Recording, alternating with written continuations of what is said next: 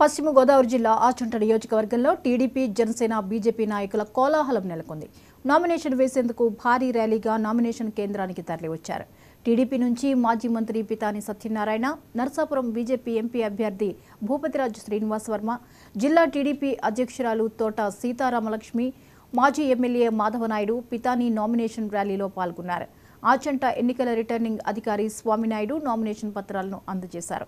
Pitani Satyanarayana nomination ర్యాలీకి అభిమానులు, party శ్రేణులు, ప్రజలు బైక్ ర్యాలీ ద్వారా తరలి రావడంతో ఆచంట రహదారులన్నీ జనసంద్రమయ్యాయి. ఈ సందర్భంగా మాజీ మంత్రి పితాని సత్యనారాయణ మాట్లాడుతూ ఆచంట నియోజకవర్గంలో పేదవాడికి ధనికులకు మధ్య జరుగుతున్న పోటీ అని ప్రకటించారు.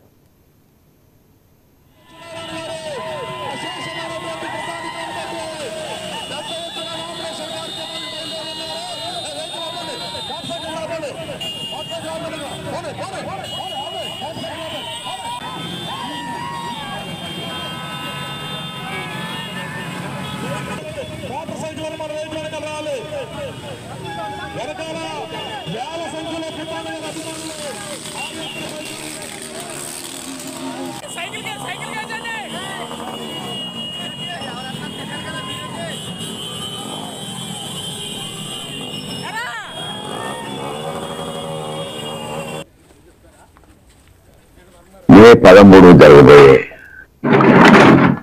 పోలింగ్ సంబంధించిన ప్రక్రియని అరాచక ప్రభుత్వాన్ని, వైఎస్ఆర్ పార్టీ జగన్మోహన్ రెడ్డి ప్రభుత్వాన్ని ప్రజల్లో పలుకుబడి లేకపోయినా, ప్రజల్లో నవరత్నాలు మాడిపోయినా, ఆపద్దపు ప్రచారాలు చేసినా, ప్రజలు నమ్మని విషయాలు అర్థం చేసుకుని డబ్బుతోటి కొని మరొకసారి అధికారం రావడానికి ప్రయత్నం చేస్తున్నారు అనే మాటను చెప్పడానికి, బాధపడుతున్నప్పుడు కూడా వాస్తవాలు చెప్పడానికి ధైర్యంగా ఈరోజు ఎన్నికల ప్రక్రియలో చూస్తా ఉన్నాం.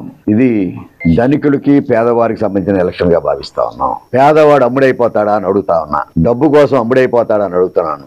ఏదైతే సంఘాలతోటి కొన్ని సామాజిక స్పృహ కలిగిన సంఘాలను కూడా హేళన చేస్తున్న స్థానిక వైఎస్ఆర్ పార్టీ క్యాండిడేట్ గురించి ఆలోచించమని మాత్రం చెప్తా ఉన్నా.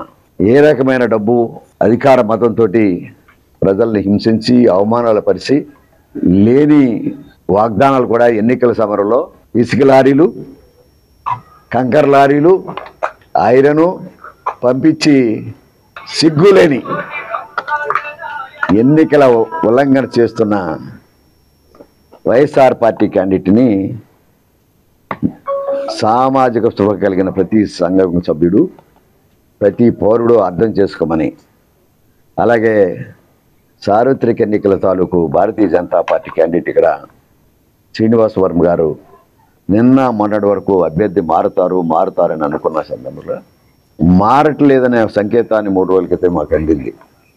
ఆ సందర్భంగా వారికి కూడా ఇటు ఆచంట నియోజకవర్గ నంబర్ 56కు సంబంధించిన క్యాండిడేట్గా, తెలుగుదేశం పార్టీ అభ్యర్థిగా, ఉమ్మడి పార్టీ అభ్యర్థిగా సైకిల్ గుర్తు వేసి ఓటేయమని అభ్యర్థిస్తున్న నామినేషన్ ఫారం పూర్తయిన సందర్భంగా, అలాగే Bharatiya Janata party candidate declare అయిన సందర్భంగా భారతీయ జనతా పార్టీ పార్లమెంటు ఈ యొక్క ఆచంట నియోజకవర్గ స్థాయిలో 100కి 100 పాళ్ళు కమలం గుర్తు మీద ఓటేసి అభ్యర్థిని కూడా శ్రీనివాస్ వర్మ గారిని నెగ్గించమని ఈరోజు ఈ సందర్భంగా ఈ కార్యక్రమంలో పాల్గొన్న సందర్భంగా అందరికి కూడా అభ్యర్థుల్ని ప్రజలు అర్థం చేసుకోమని, రాష్ట్ర జాతీయ రాజకీయాల్లో మన ముద్ర ఎన్డీఏ ముద్రని ఆమోదించమని పేరు చొప్పున ప్రార్థిస్తున్నాం.